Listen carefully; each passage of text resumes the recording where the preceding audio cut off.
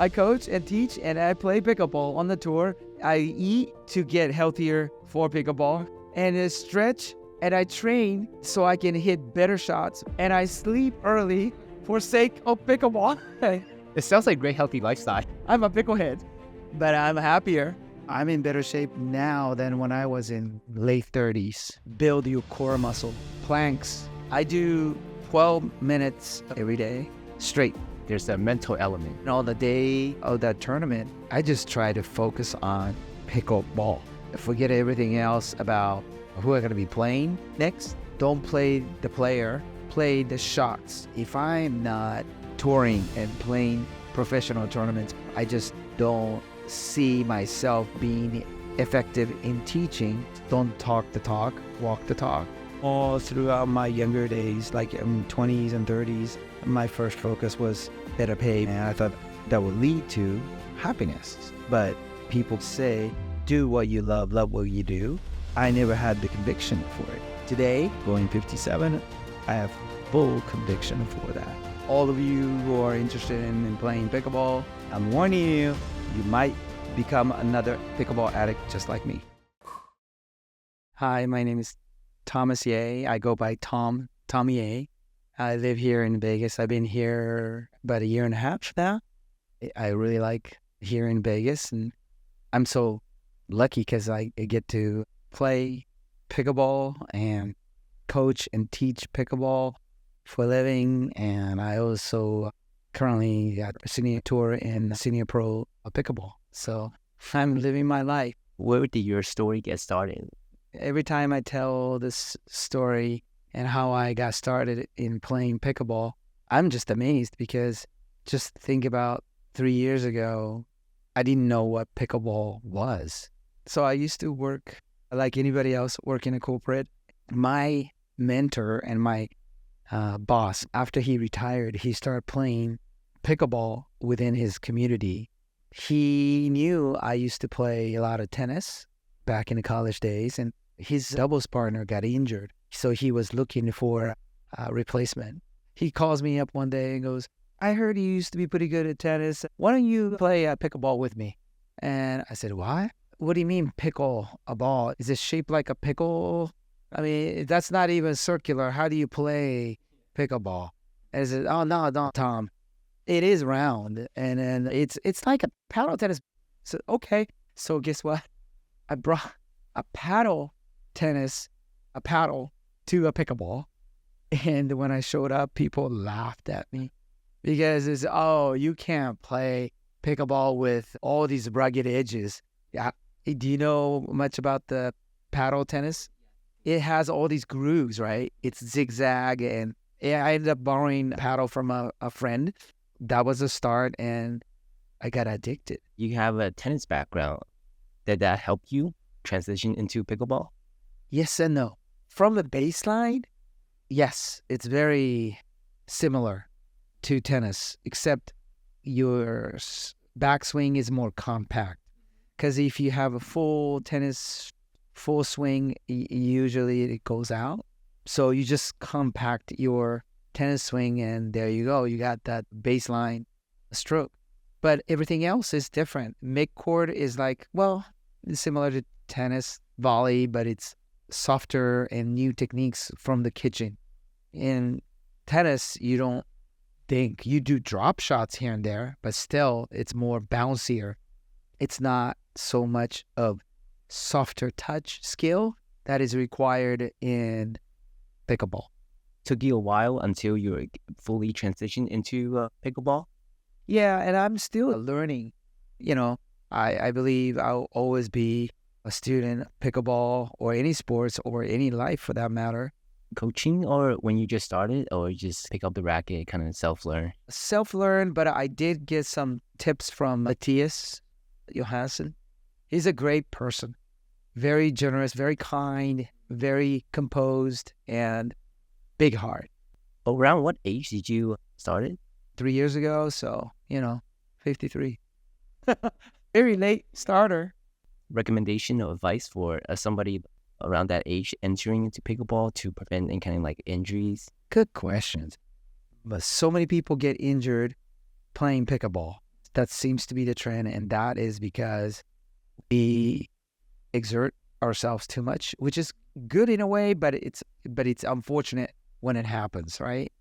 And I cannot emphasize enough on stretching prior to your game or stretching when you wake up, actually. You don't want to stretch a static stretch before the game. A lot of people just don't know this. It actually slows you down. It's best if you stretch after you wake up. It's your body's really tight and you might not want to do it, but it goes well for the rest of your day. And take your time. It could be 20 minutes, 10 minutes, or it could be half an hour and longer. I prefer, if you have the time and the luxury, do it even longer, like 40 minutes. Don't push yourself, but slowly work your way to better stretching. Was there any conditioning work to be better prepared for pickleball? Many conditionings. Lateral movement is the key. Along with that lateral movement, just your leg work, squatting.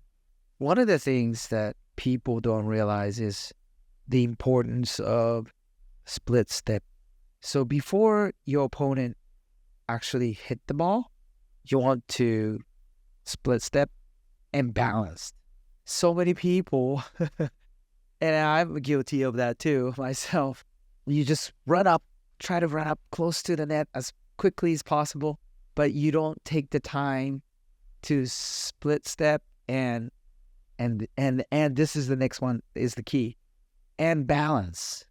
You can split step, but if you still have the forward momentum, then you're not balanced. Then you can't move left to right quickly.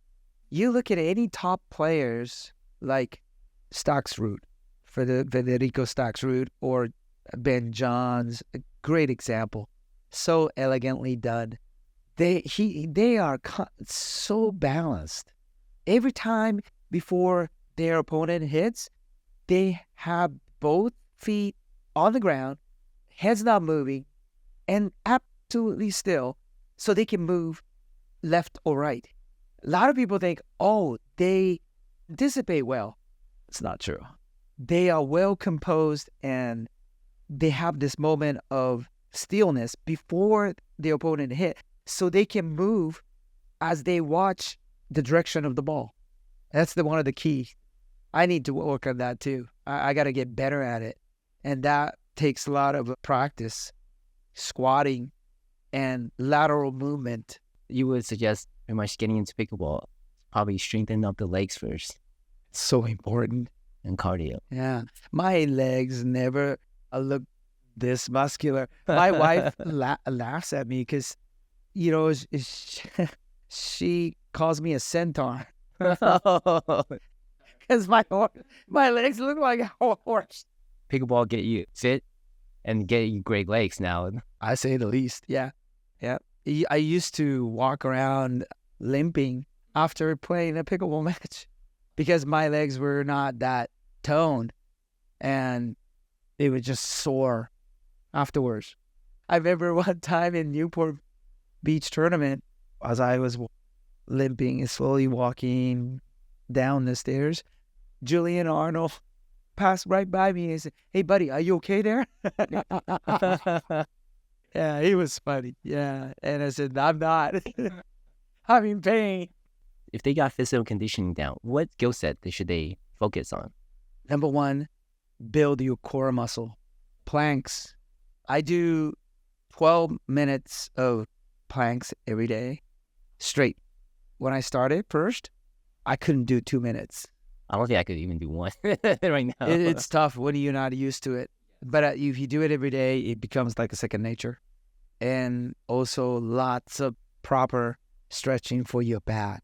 Because pickleball, sometimes we get into firefights, quickly twist torso, and twist shoulder, and hit the backhand, and then followed by a quick forehand, and then another backhand or whatever. But in doing so, if you're not fully stretched, or toned, you could really hurt your back. Yeah, a lot of people getting injured. There's a good exercise for that. Again, my wife looks at me and she laughs because I look like an idiot.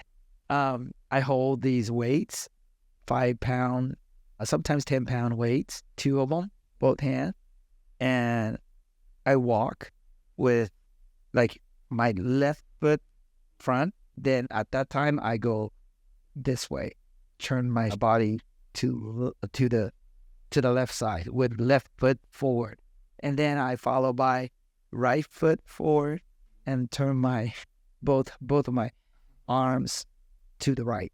So you're constantly twisting with your weights. So I'm going like this with the weights, but because I have weights, I have to walk slow, and I do like a 50 to sometimes 75 steps. That really stretches your back, believe it or not. A good example of this is that if you've seen a lot of professional ping pong player, what they do is they go side to side like this, right? Have you seen that? Yeah, same thing, same thing. You have a relaxed arm and then you go side to side like this. But for me, I hold weights and I go back and forth to really warm up my back muscle for twisting. Give it more resistance. Yeah, it's really good. So that I recommend that You do that almost on a daily? because every day I get sore. Yeah, from playing pickleball.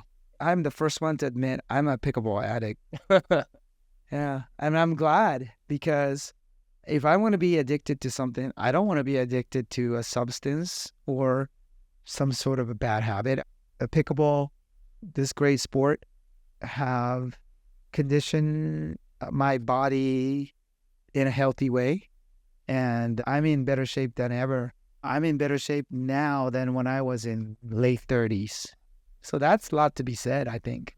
If you're going to be a slave to bad habits, might as well be a slave to good habits. But that's what I say. Somebody do get all the physical conditioning down. So what pickleball skill sets and tactics should they work on next? Depends on each individual, whether they come from a badminton background or tennis background.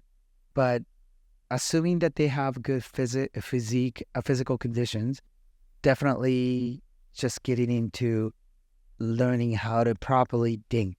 Start out with the basic dinks. Dinking, especially if you are focusing on doubles game. Dinking is everything. I think I heard Ben Johns, if I'm not wrong, correct me, Ben, if I'm wrong. He was being asked what would be the single most important skills to work on if you want to be better in doubles, in pickleball. And he said dinking. I think, personally, I agree.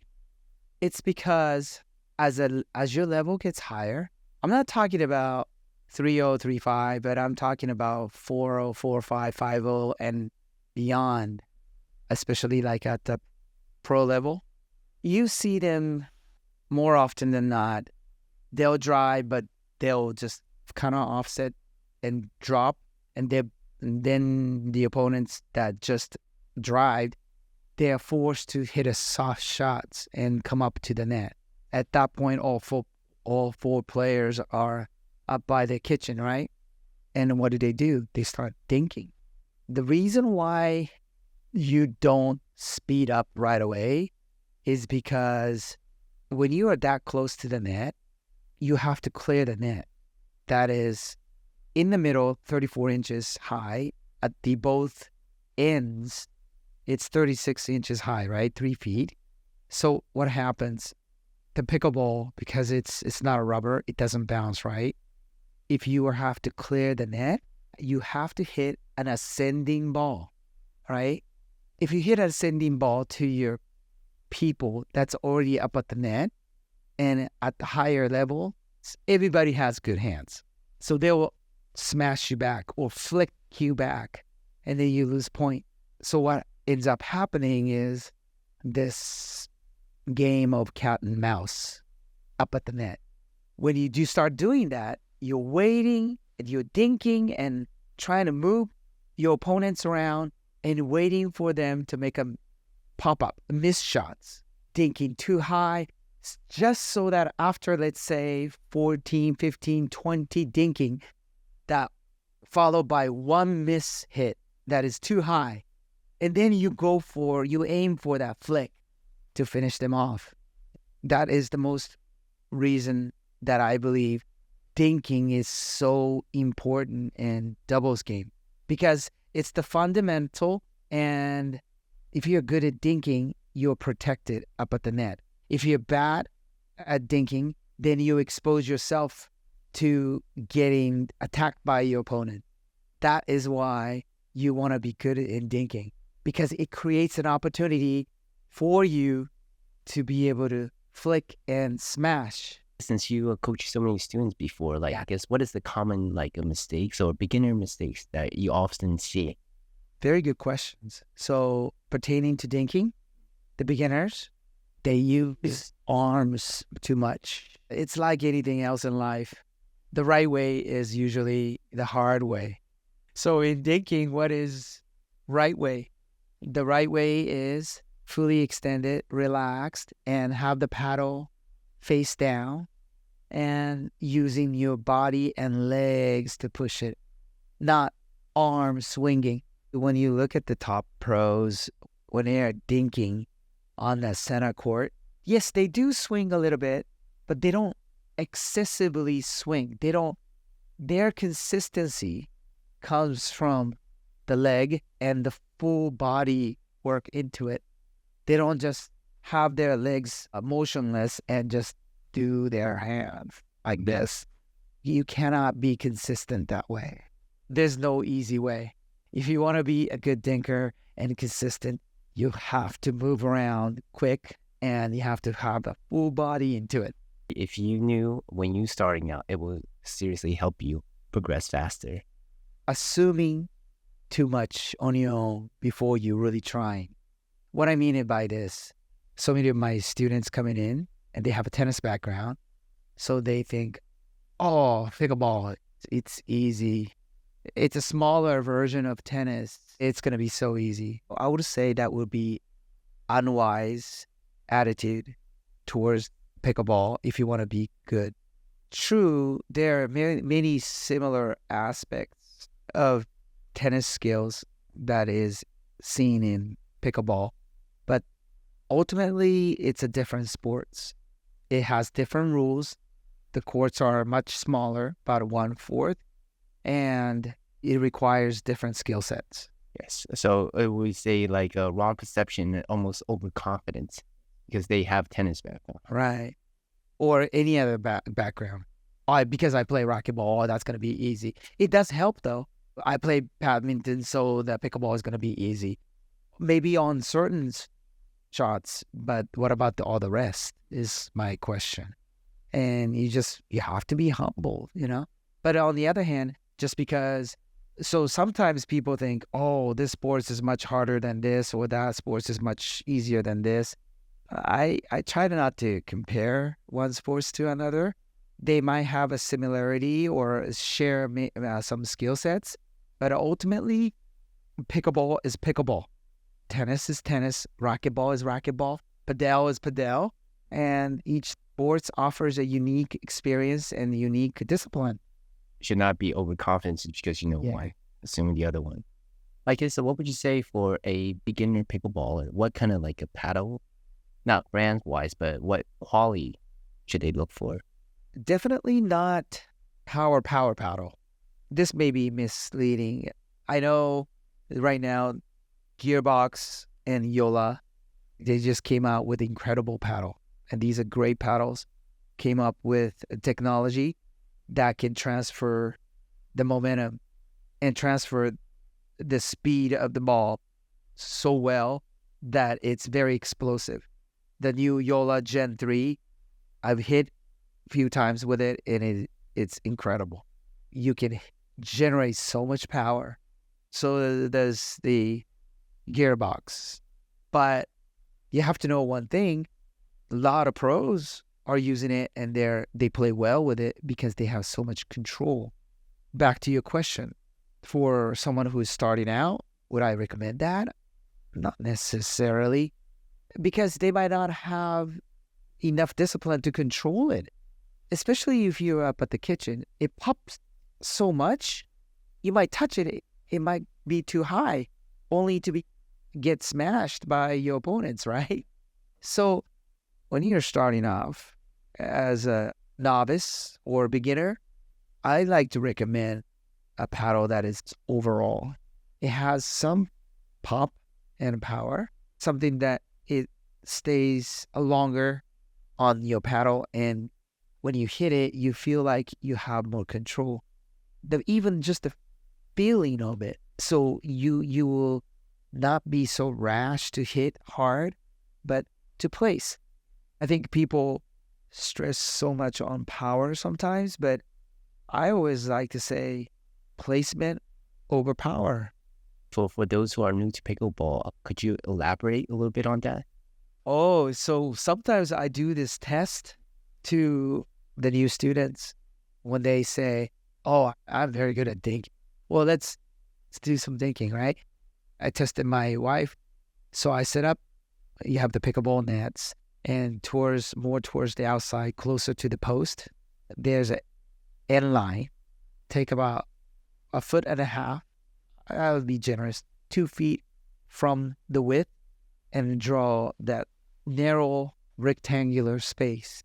So 7 feet on that opposite end, and then on your end, it's a 7 feet, 14 feet length, and then the width is only 2 feet, and then tape it another 14 feet. So it's a very narrow space.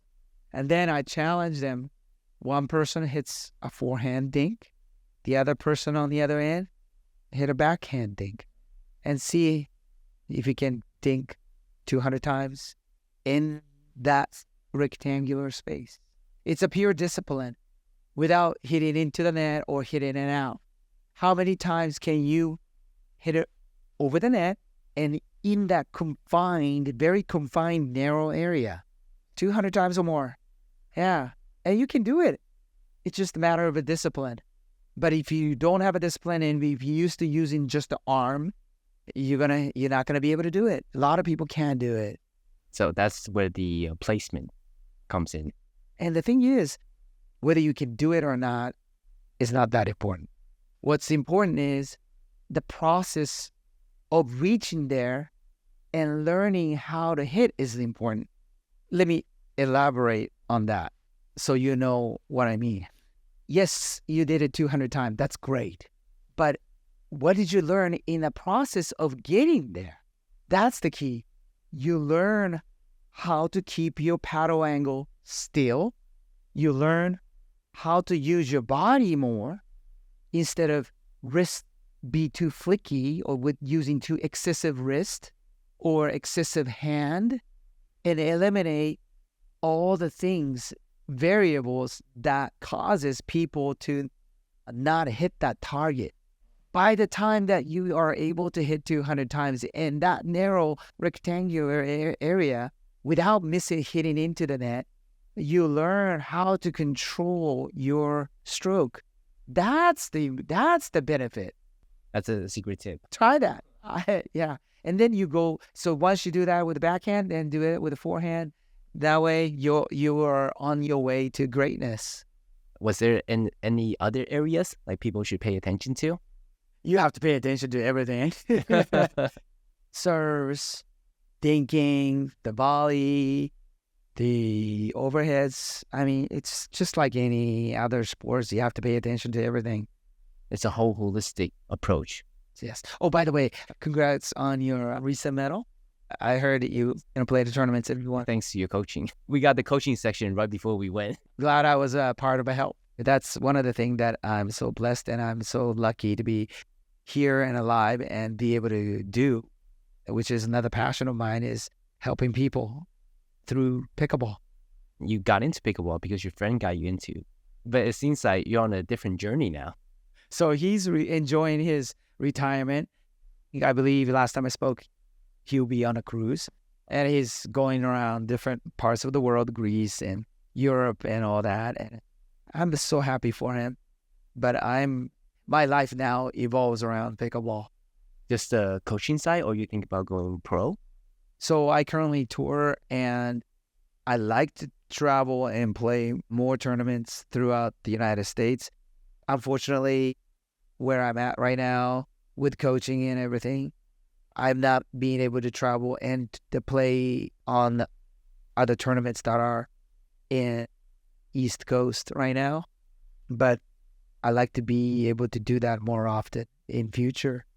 My coaching side, I'm very blessed and lucky to be able to train and work with many of Las Vegas local folks that have the passion and desire to improve their pickleball skills, and I love working with them, and they seem to like me and my teaching style. So I try to help them in the most efficient way as possible. Is coaching your primary area of focus right now in your pickleball, I guess, journey? Yes, and also yes. In a way, what I mean is I like to develop as many students who will go on to hopefully achieve their desire and perhaps win gold medals in their whatever division that they are in. And then also, I am also aspired to further develop my own personal pickleball career in the professional, senior pro professional world as well. That's a good goal. Yeah, it's fun. It's a fun goal. You only get to live once, and I want to enjoy it. That's why you step can. Yeah, we feel all blessed to be able to enjoy the sport. Yeah, I'm so lucky enough to be so healthy and be able to play. And it seems like the more I play pickleball, the healthier I get. It's funny we have this topic because just this morning I was combing my hair and my wife is laughing at me because she says, "Tom, I think your hair is already grown. I don't see the thin spots anymore." Must be the blood flowing. From pickleball. Yeah. And the less stress from not being in the corporate world. Corporate world could be very draining. So I'm just one of the very lucky few, I believe, that my wife supports my endeavor. It wasn't always like this at the beginning. I feel the pain for all those husband or wife where their spouse is not supportive. Because here's the thing. Pickleball is one of those sports that could get very addictive, right? And if your spouse is not with you, then you're spending much of the time apart from each other. So I could see your wife complaining to husband or husband complaining to wife, "Hey, honey, you've been playing all this time. Well, we never get to spend time with each other." And I could see all that drama. At the beginning, my wife was like that. She's like, "You gonna go play pickleball again?"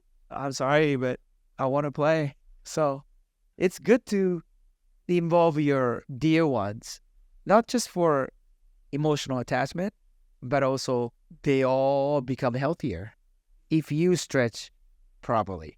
If you go out there all of a sudden and hit gun-ho, you might pull your muscle or get injured. So be careful.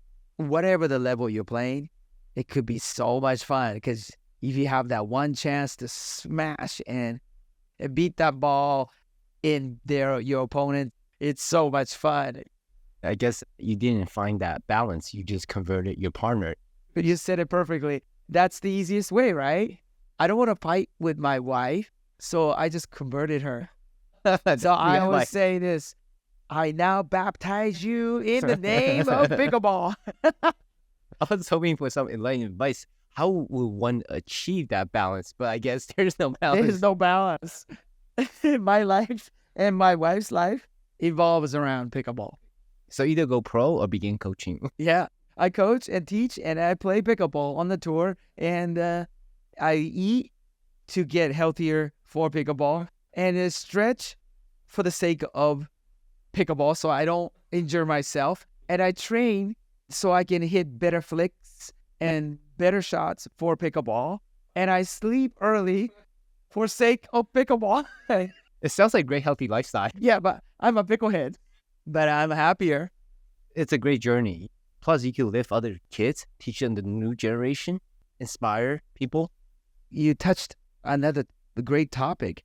The students that I teach locally, their age ranges from 9 to all the way to 72. That's a big range. That's a big range, isn't it?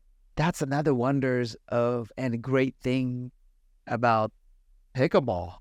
Anybody can pick up the paddle and enjoy and play, despite of whatever level that you are in. It's so exciting for me to be involved in helping these youngsters get better in pickleball and aspire for them to get their inspiration to become better, and hopefully even some of the kids that want to go on to become pro. If I can be involved and be part of their dream, I cannot ask for more. You're passing your lifelong skills and experience onto the next generation. I got a couple of kids that are just adorable, and they work hard and they listen really well to my instructions. You know, they get better. This is a prime example of my joy and my passion. So one time this kid comes up to me and goes, "Hey, Tom, I did what you told me to do, and I was able to hit that flick, and I got winners." And his eyes were sparkling. I mean, how great is that? Seeing that in the kid's eyes, like one of probably the greatest joys. Yeah. That's not only with kids. I've seen that in 30-year-old men, 50-some-year-old women, and all walks of life. It finally clicked in their head. Yeah. You know, their excitement comes in different forms, but it's all the same. When they get it, they're really happy and they got twinkle or sparkle in their eyes. For your own path in this journey in pickleball, just going to focus more on coaching now going forward and your professional career as well too? Both. The way I see is this: for beginners and intermediate levels, yeah, I don't think I have to be on tour to be able to teach. But if I'm going to be teaching some of these 5 who are aspire to go on to become pro, or 4-5s and so on that are aspired again to become pro, I don't think I will be as effective if I'm not on the tour myself. So, you know, hey, walk the talk. Lead by example. Yeah.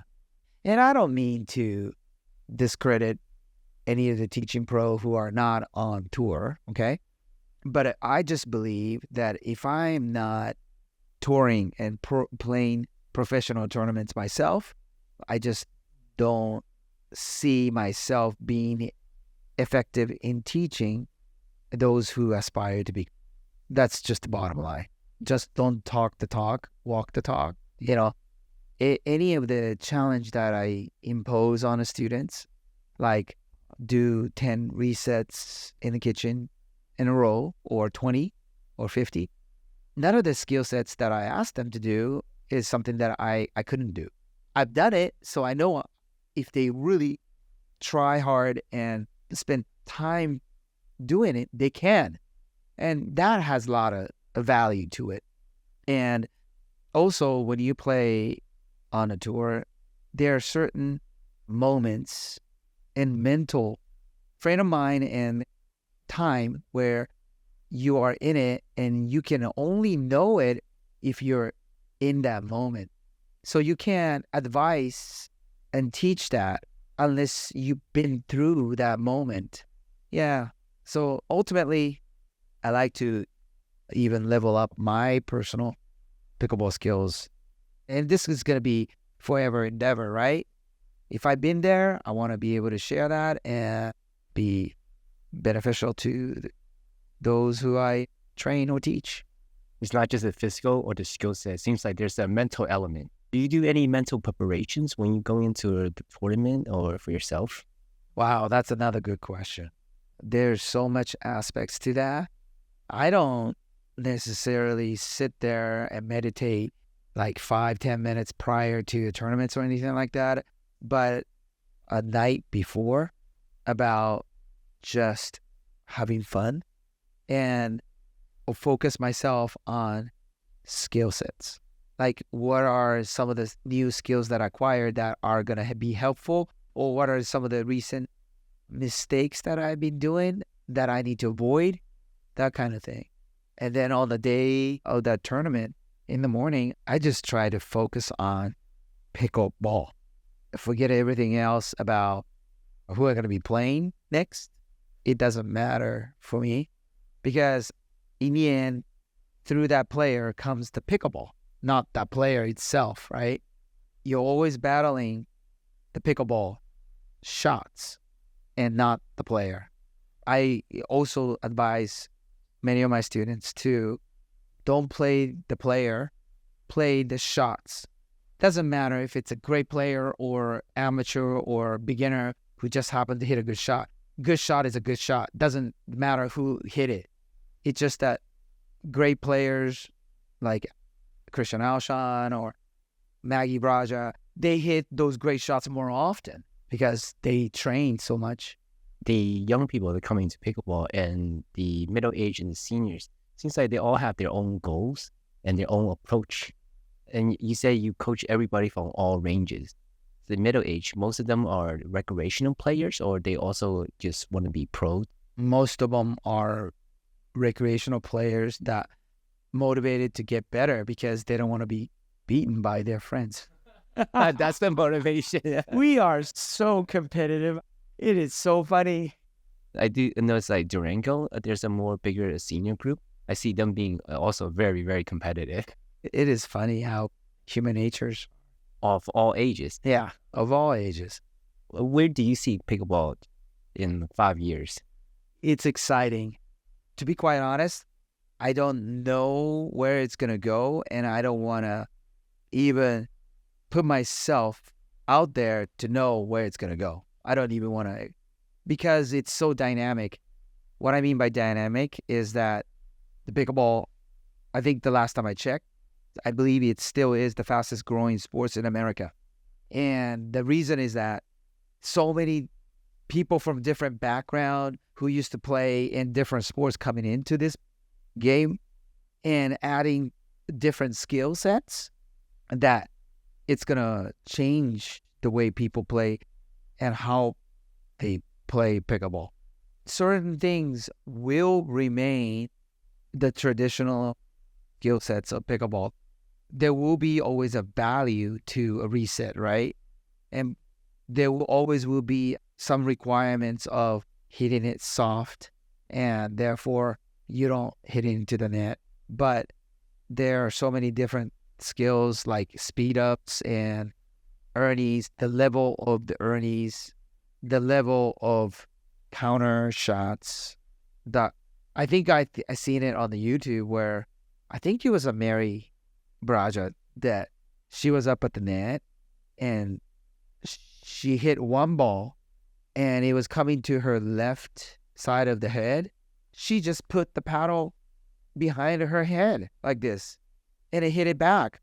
That becomes a proper shot now. I don't know if it's a proper shot or not, but it's amazing. And correct me if I'm wrong. I don't know, maybe it wasn't her, but I know one of the pro did that.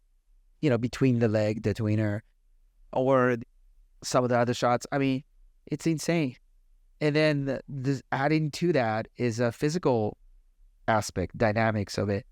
I saw the recent battle between Federico Stocksrud and Connor Garnett played in the finals, and Connor ended up winning. And I literally saw him going in and out of the frame to get the balls that are being hit so wide. He ran down from left to right, right to left, and be able to come up with these shots that are outside of the post and hit it into the court like ATP, but it's wider. And the level of his physical condition and the skill sets to be able to do something like that is phenomenal and inspirational. That match really gave me a conviction that I need to be better in the physical conditions, even from now, so that one day I'll be able to also participate in men's singles pro division amongst the young guys like 16, 17, 18 years old, fresh talents. and they don't know the word tired, you know, like sub 50 years old, me, myself, you know what I mean? So you have to be really disciplined and be in top-notch physical condition. But if I can just play amongst those group, I mean, wouldn't that be fun? It'll be amazing Yeah. to keep up with them. Yeah. So we'll see. We'll see how it goes. Yeah, to get good at pickleball, so much facets, getting physically ready, mentally, and skill sets. That's what makes it fun too. It's always evolving. Yeah. It'll be crazy when Asia come up with so many facets. Yeah. When I think about Asia, I know Duper is starting in China as well, mainland China. And when I think about mainland China, I think about how many great ping pong players, professional ping pong players in that country. And in Thailand and all the Asia, they have insane fast hands, right? Just imagine if just 10% of them realize, oh, I want to also try pickleball, or they just happen to play pickleball and they get addicted like me and start playing seriously, and it'll be scary. And what about badminton players? They jump like so high. Can you imagine? It doesn't matter how tall you are. They can jump so high that you can't lob them. You lob them, they jump and smash, and it's over. It will change the gameplay. Oh, yeah. So I encourage anybody who is interested in pickleball to try it, give it a shot, and play it. Who knows? You might be that one person to start something new in pickleball. Start a trend. When you're good enough, you can always come challenge Tom. Yeah, please do. I'll be humbled. You went to a total of 40 plus tournaments and you won 40 medals. Just curious the story behind that. Well, glory is past, and I move on, honestly. But it doesn't hurt to go through the experience, you know, because you built your future and how you are all built on your past experience, right? So I try not to dwell or glorify the past, because the past is the past. Yes. Bottom line, how about you now, right? How am I now? But with that being said, it's just nice to have and keep these medals for memoir of all the good times that I had with kind and awesome people that gave me a chance to play. It's a mixed doubles or men's doubles. So I guess after you won your first couple of medals, you just kept going? Did I tell you I'm addicted to pickleball? I think only 10 times. Yeah. I just want to play more and more. It's amazing what this career can bring. Yeah. In 2022, this was Masters Hyundai. It's another pro tournament where I finished in second, silver medal. I got to play my coach. That was a great, humbling experience because I went into the final to play Matthias Johansson. I won the first set 12-10, and I was really ecstatic. And I was winning second set 8-0, and then pulled my groin right here, left groin, and bear through the pain and played it, tied him really tight and tried to play it, but he beat me straight, like 11-8 on the second set, and then 11-0 on the third set. That really convinced me that how much more I need to be in better shape, and how much more I need to stretch, and how much more I need to put my time in physical training if you want to be good at the professional level. So that's why I brought that story up, because if it wasn't that, I could have done better and had a chance. But so all these great top players, I know now that they go through rigorous training when they're not on the spotlight. So not just at the state center court, but off the pickleball court, they're out there every day training hard, and not for the glory, but because they know they have to. They put a lot of dedication and hard work into it. And that's what I think a lot of people or recreational players don't see in top men's and female pro open players. And when I see them, I give them a lot of respect because I know how hard it is. Since you coach a wide range of people, what is the training difference between an amateur versus pro? The main difference between amateur training versus the professional training is that in the professional training, number one, very organized. Number two, it is very specific and targeted. And in professional training, we have hired a trainer specifically training for specific motion, not just any training, but for specific movement. That's the difference. So, like for instance, if you start bench lifting, it won't help you. Doesn't translate. What I would suggest is get one of those resistance band and strap yourself being pulled away from the front and pull it backwards, and not using arm, but your back muscle, going like this to pull your both arms backwards. That builds back muscle right here. Or tie your resistance band from here, and let's say you keep your arm perpendicular, go forward this way, and then also go this way. Resistance band pulling it this way, okay? And then also resistance band going this way, pulling this way, you pull it backwards. All of that helps you avoid rotator cuff injury. That's for the arm and rotator cuff and shoulder. There are so many training specifically for your leg, like to avoid like what I had to go through, which is pulling my groin right here. It hurts a lot if you do that. Okay, so let's say training yourself to pull both your knees towards inward. This helps you build your groin muscle. I got all these specific training from my dear friend and great chiropractor, Dr. Arai, is a Japanese guy. I give him a lot of credit because he's just a really nice guy. He practices out of Costa Mesa, California. He worked with some of the great Olympic swimmers and many other professional athletes. Over the years, I've become good friends with him, and he just helps me out. Yeah, so if you are a recreational player, but been adamant about becoming better, yet not to get hurt, I will seek professional physical trainers' advice. Just explain to them what kind of movement you do, and if they are certified physical trainers, they should be able to help you and train you, give you some set of trainings that are specifically good for pickleball. If there's somebody out there listening, whether it be a kid or somebody who's older, if they were to go pro, what would you say the handful of things they should focus on? Number one, make sure you have enough fun. One of the things about becoming a pro is it costs lots and lots of money, because playing in the pro means traveling a lot.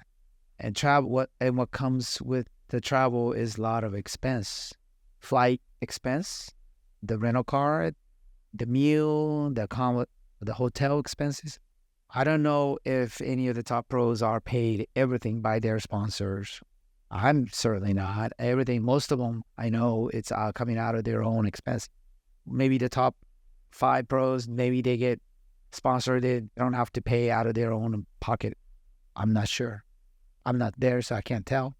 But I'm pretty sure, unless you're playing the MLP, Major League Pickleball, you're not being all your expenses. Like if you're playing as a pro at independent tournament, and if just going there, most of them it's all out of your pocket. With the MLP is different though. You belong to a team, and they draft you. They pay for the travel. They have a place where all the team stays in one place, and they spend the time to train together. And I think the food and everything is paid for. Would you recommend that if there's a young listener out there, if they were thinking about going pro, they sign with MLP? I think that would be a wonderful experience. If they are willing to draft you, go for it. Right now, unfortunately, for senior pros, it's just the meteors are not covering senior pro as much as the open pros. So if you wanted to be part of that, you get drafted, but depending on the level, you have to pay for your expense, and it's tough. So I know there are many good senior pros out there that would play, but they cannot afford to. It's still at an inchoate stage, I would say. I like to see an increased prize money for pickleball games, both in open pros and senior pros, and perhaps even some of the amateurs. Because with the increased viewership, there should be more money coming in for all the open pros. I really believe they deserve it. Look at tennis and how much they get paid. And the thing is, pickleball, you're getting more and more viewership. It's so much so that recently Hulu shows it on live, right? And the Amazon Prime, they do that too, right? Why? Because more and more people want to see pickleball. It's fun to watch them. It's not stagnant, because a lot of times when they get into volley-to-volley exchange, it's exciting. With more prize money, more talents, and more people will coming in, so the level of game will become even higher, and it just gets better and better. I see what you mean, like especially if the number one challenge to going pro is the finance. There's not enough money. It's harder. It's like the chicken and the egg question. Back in the days when ping pong, they used to not get paid at all, right? I think in table tennis, compared to other sports, they don't get paid enough. Aside from funds, is there anything else they should focus on if somebody were to consider going pro? Better recruit your whole family. Because without the support, both financially and emotionally, you're not going to be able to become pro. Is there any advice on that, converting your family members? I experienced that firsthand with my wife. My advice is love your spouse, kind to them, and teach them. One of the reasons why your spouse might not be supportive of what your endeavor in pickleball is because they probably don't play pickleball and they don't understand pickleball. If you don't understand, and if you don't know it, and if you don't enjoy it, you cannot appreciate what you're trying to do. So don't try to argue or say, hey, this is my time, I want to play. But rather than that, spend time with your spouse, get them to experience fun side of a pickleball. And then the rest is easy. Pickleball does its job. It'll hook them to having so much fun that before you know it, your spouse might be asking, hey, honey, let's go play pickleball. So introduce them slowly, a little bit by little bit. Yeah, but teach them so they have fun and get them addicted as well. Then all of a sudden you're both addicted to pickleball, and then you both spending a lot of times together. So then it's more fun. Spending quality times and both is improving. Yeah. Wow, double win. Kill two birds at one stone. Yeah, exactly. Wow. Tom's great at giving advice on pickleball, but also on how to convert your spouse. Wow, we covered so much today. Since playing so much pickleball, have it changed your philosophy, outlook on life since you play so much now? All throughout my younger days, like 20s and 30s, my first focus was better pay, better money. And I thought that would lead to happiness. But what people casually sometimes say, do what you love what you do. I never had the conviction for it. Today, 56, almost going 57, I have full conviction for that. I cannot stress it enough. Well, that's powerful. Amazing that you believe it now and you found it. Yeah. At age 53 or 54, later towards 54, I found it. And my life changed so much. And I'm grateful every day to have a health and a wife who supports, and so many friends that willing to play pickleball with me and give me advices. So many of the open pros are so generous in talking to me and even giving me some tips. That's a great thing about pickleball. Maggie Braja, they're one of the top players now, and they used to be kind enough to play doubles with me back in the Newport days. Connor was just starting out. Now he's top, number 3 in the world in singles. Ryan Hurley, he owns on this brand, Florence, Miami. It's a great brand. He's too busy growing his business, but he's a great pickleball player. He's like my uncle in pickleball, because when I first started it and I didn't know anything about it, he used to give me so many tips, left and right. And he didn't have to do that for free. He would, hey, Tom, this would help you. Also, Garrett, owner of the Paddle Carbon. Congrats to him and his business and all the successes.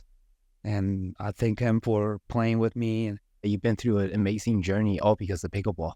yeah, this is just the beginning. There's so many pro open players. They are not just the great pickleball players, but the great individuals. You get to meet so many amazing people. We covered so much. Any advice before we close out? I don't know so much about advice. I can give you a warning to the general public. All of you who are interested in playing pickleball, you pick up a pickleball paddle and start playing. I'm warning you, you might become another pickleball addict just like me. That's a good way of closing it out. Your coachings, it's only for Vegas? Sometimes do clinic and go to other places to do specifically for group of people. But mostly, since I live here in Vegas, either have my clients come to my court or go to their private course or public facilities and just play. I've recently been teaching a lot here at Vegas Indoor Pickleball. It's actually right now the only indoor pickleball facility, and it's great. I mean, they have 3 courts. It's fully closed, so you don't have to worry about getting sunburn or the wind condition is too windy. It's air conditioned. Great place to come and play, enjoy, and afterwards relax. If you are in Vegas, I invite you to at least check out BIP, Vegas Indoor Pickleball here in Vegas.